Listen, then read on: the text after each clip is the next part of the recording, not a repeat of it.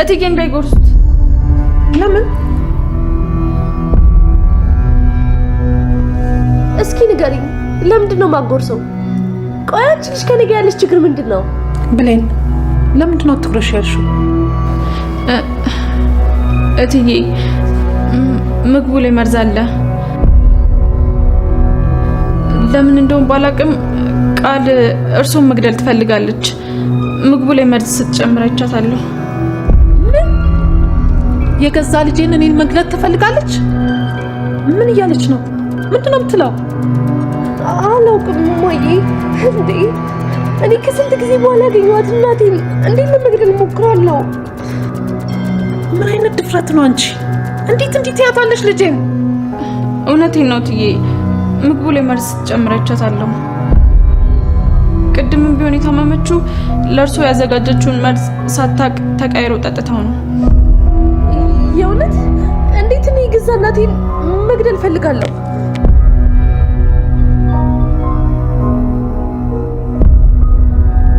እሺ ካለ መርዙ እኔ እናቴን ለመግደል ፈልጋለሁ?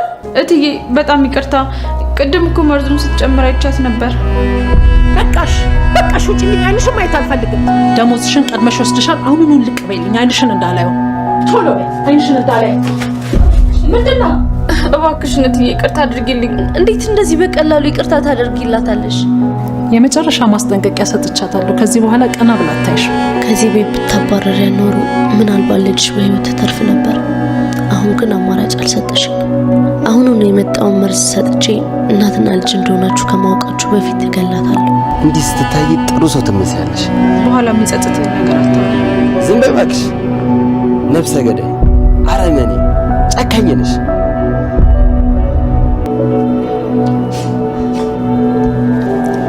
ምን ነው ብለኝ፣ ችግር አለ እንዴ? አይ ምንም የለም። ስኳር ረሳ መሰለኝ። እጄ ልምጣ።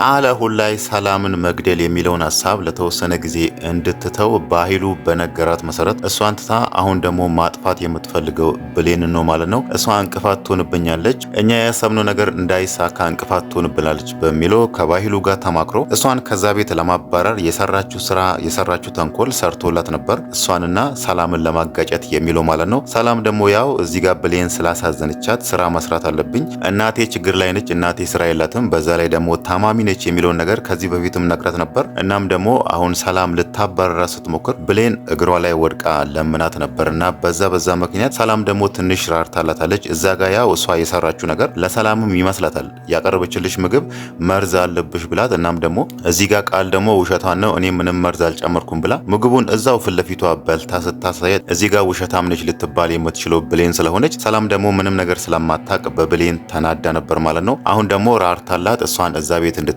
ስራዋን እንድትቀጥል አድርጋታለች ማለት ነው። ይሄ ነገር ደግሞ ቃልን ትንሽ አበሳጭቷታል። እሷን ብታባሪያት ይሻል ነበር። እሷን ብታባሪያት እኮ ህይወቷ ይተርፍ ነበር። አሁን ደግሞ እዚህ ቤት እንድትቀር ስላደረግሻት ህይወቷን አጠፋለሁ ብላ አሁን ላይ እሷ የምትጠጣው ሻይ ውስጥ መድኃኒት ጨምራ እየጠበቀቻት ነው ማለት ነው። ምናልባት አይታወቅም እዚህ ጋር ብሌን ሄዳ ሱካር ይዛ መታ ሻዩን ትጠጣዋለች ወይስ አትጠጣውም የሚለው ነገር ባይታወቅም ያው ሻይ አትወድም ማለት አይቻልም። ያኔ ለእናቷ ደውላ እናቷ ምንድነው ድምፅሽ ለምን ተቀየረ ብላ ስትጠይቃት ጉንፋን ያዘኝ ብላታለች እዛ ጋር። እናም ደግሞ አሳዳጊ እናቷ ያለቻት በቃ እኔና ቆንጆ ሻይ አፍልቼ እጠብቅሻለሁ በዝንጅብል ብላት ነበርና እዛ ጋር ብሌን ሻይ እንደምትጠጣ አውቀናል። እዚህ ጋር ሻይ አትጠጣም፣ እሷ ሻይ አትወድም። ስለዚህ ቃልን እኔ ሻይ አልጠጣም እንዳትላት ማለት ነው። እዚህ ጋር ምናልባት የሆነ ነገር ሊፈጠር ይችላል፣ ወይ ደግሞ ሻዩ ሊደፋ ይችላል፣ ወይ ደግሞ ባለፈው እንዳደረገችው ሻዩም ሊቀያየር ይችላል ማለት ነው። ቃል ደግሞ እዚህ ጋር በጣም እርግጠኛ ሆናለች ስትመጣ እሷ እንደምትጠጣና እናም እንደምትሞት ማለት ነው። ይሄን ነገር ጓጉታ እየጠበቀች ነው። እናትና ልጅ ሳትገናኙ ሁለታችሁም እናትና ልጅ መሆናችሁ ሳይታወቅ እገላግላችኋለሁ እያለች እየፎከረችባት ነው ማለት ነው። ሌላው ነገር ደግሞ እዛ ግቢ ተከራይ ባለው በዳግም ራሱ የሷን ስም አጥፍታ ዳግም ደግሞ እዛ ጋር ምንም ነገር ሳያቅ ጥፋተኛ ማን ይሁን ወይ ደግሞ ከአንድ ወገን ብቻ ያለውን ነገር ሰምቶ እዛ ጋር ብሌንን ሲናገራት ነበር። ስትታይ ጥሩ ሰው ትመስያለሽ፣ ለገንዘብ ብለሽ ሰው የምትገይ አንቺ ነፍሰ ገዳይ ነሽ ብሎ እዛ ጋር ያላጠራውን ነገር ብሌንም እንደተናገረችው ነገ የሚቆጭህን የምትጸጸትበትን ነገር አትናገር ብላ ተናግረዋለች። እሱ ደግሞ እሷ የምትለውን ነገር ሊሰማት አልቻለም። እዛ ጋር ትንሽ ለሞራሏ የሚከብዳትን ነገር ተናግሯታል ማለት ነው።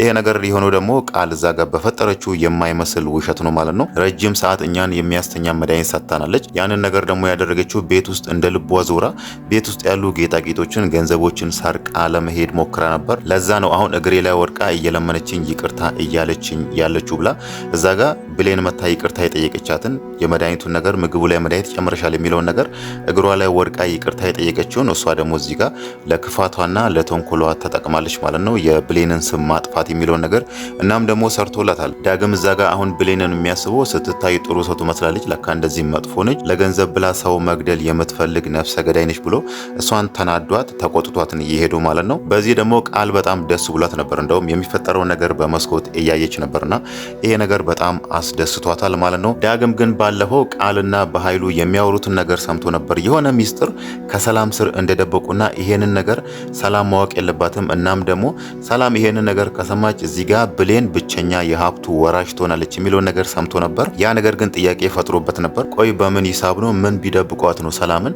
እዚህ ጋር ያለችዋ ሰራተኛ ብሌን የሷን ንብረት ወራሽ ልትሆን የምትችለው የሚለው ነገር ጥያቄ ፈጥሮበት ነበር። ግን ደግሞ ተመልሶ እዚህ ጋር ቃል በፈጠረችው የማይመስል ነገር ተሸውዶ እዚህ ጋር ብሌንን ትንሽ የሚያስቀይማትና ነገ የሚቆጭበትን ነገር እሷ እንዳለችው እዛ ጋር ተናግሯታል ማለት ነው። በኃይሉ ያው ይሄንን ሁሉ ነገር የሚያደርገው እዛ ቤት ውስጥ ቃልን እንደ ሰላም ልጅ አድርጎ ያስገባውና እዚህ ጋር ደግሞ ባለፈው ለሳሚ ደውሎ ልጅቷን እንዲገላት ብሌንን ቤቷ ገብቶ እንዲገላት ያደረገው ያው የሷን ሀብት 10 ዓመት ሙሉ አረብ ሀገር ቆይታ ያመጣችውን ሀብቱን ለራሱ ለመውሰድ ነው። እዚህ ጋር አሁን ሰላምን ይገላታል።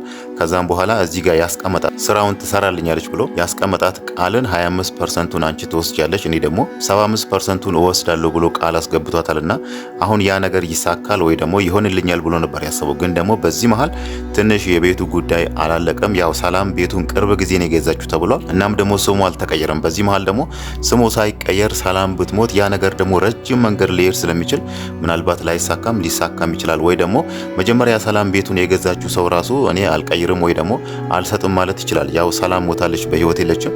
ቤቱ ደግሞ በሱ ስም ስላለ እዚህ ጋር ያን ነገር እሺ ላይላቸው ስለሚችል ይሄ ነገር ደግሞ ከባድ እንደሆነ አውቆ ነው እዚህ ጋር በኃይሉ ይሄንን ነገር ለተወሰነ ጊዜ እናቆይ ሰላም ትሙት የሚለውን ነገር ግን ደግሞ ብሌን ከዚህ ቤት እንድትወጣ በሰላምና በብሌን መሃል ያለውን ጦርነት በደንብ አድርገሽ ቀስቅሽ ብሎ ለቃል አሳይመንት ሰጥቷት ነበርና ቃልም ያው እሱ የሰጣትን ስራ በተገቢው ተወጥታለች።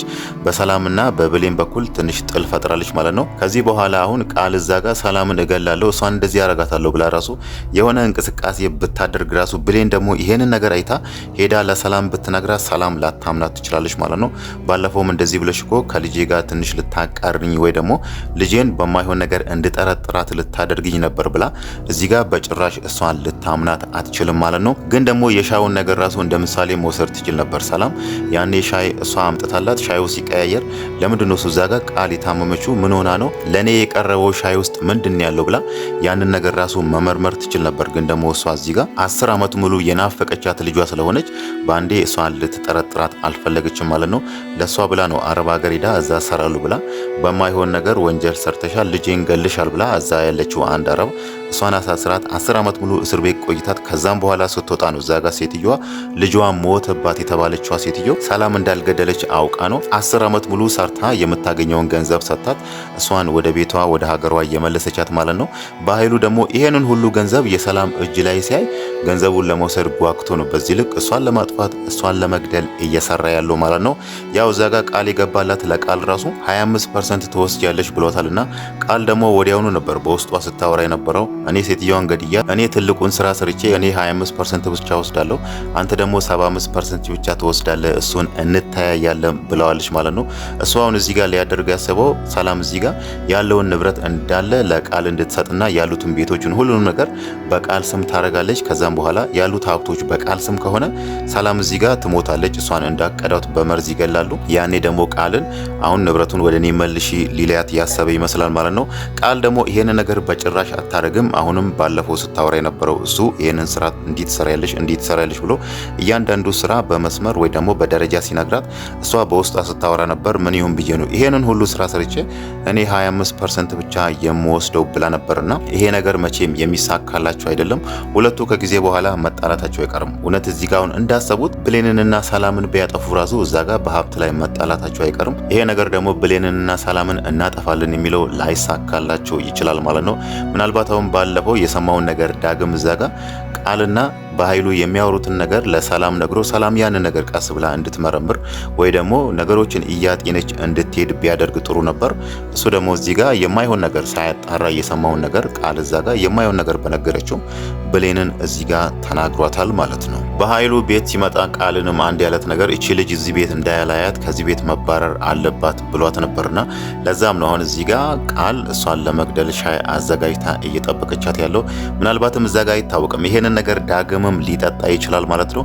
ዳግም ያው እዛ ጋር ሻይ ለሶስት ሰው ነበር የመጣችው። እሱ አሁን ከዛ ቤት የወጣ ልብሴን ቀይሬ እመጣለሁ ብሎ ነው የወጣውና ምናልባት በዚህ መሀል ልብሱን ቀይሮ ይመጣና እዛ ጋር ለብሌን የተቀዳውን ሻይ ልጅቷ መድኃኒቱን የጨመረችበትን ሻይ ወስዶ ሊጠጣ ሲል እዛ ጋር መቼም ቃል ዝም አትልም። አስቀምጥ ሻዩ ያንተ ይሄ አይደለም ብላ እሱ ያነሳውን ሻይ ትቀበለውና መልሳ ስታስቀምጠው በዛ መንገድ ምናልባት ብሌን ልትጠረጥር ትችላለች ማለት ነው። ሻዩ አንድ ነው የተቀዳው ከአንድ ማንቆርቆሪያ ሆኖ እንዴት ነው እሱ የወሰደውን ሻይ ይሄ ያንተ አይደለም ያንተ ይሄ ነው ብላ ልትቀበል የምትችለው? እናም ደግሞ እኔ ሻዩን አፍልቼ እኔ መቅዳት ሲኖርብኝ እሷ ለምንድን ነው እኔ ሱካር ለማምጣት ወደ ኪችን ሲሄድ ቶሎ ብላ እኔ ባሌሉበት ሻዩን የቀዳችሁ የሚለው ነገር ምናልባት ሊያጠራጥራት ይችላልና በዛ ምክንያት ደግሞ እኔ እኮ ሻይ አልወድም እኔ አይስማማኝም ብላ በዛ መንገድ ልታመልጣት ትችላለች ማለት ነው።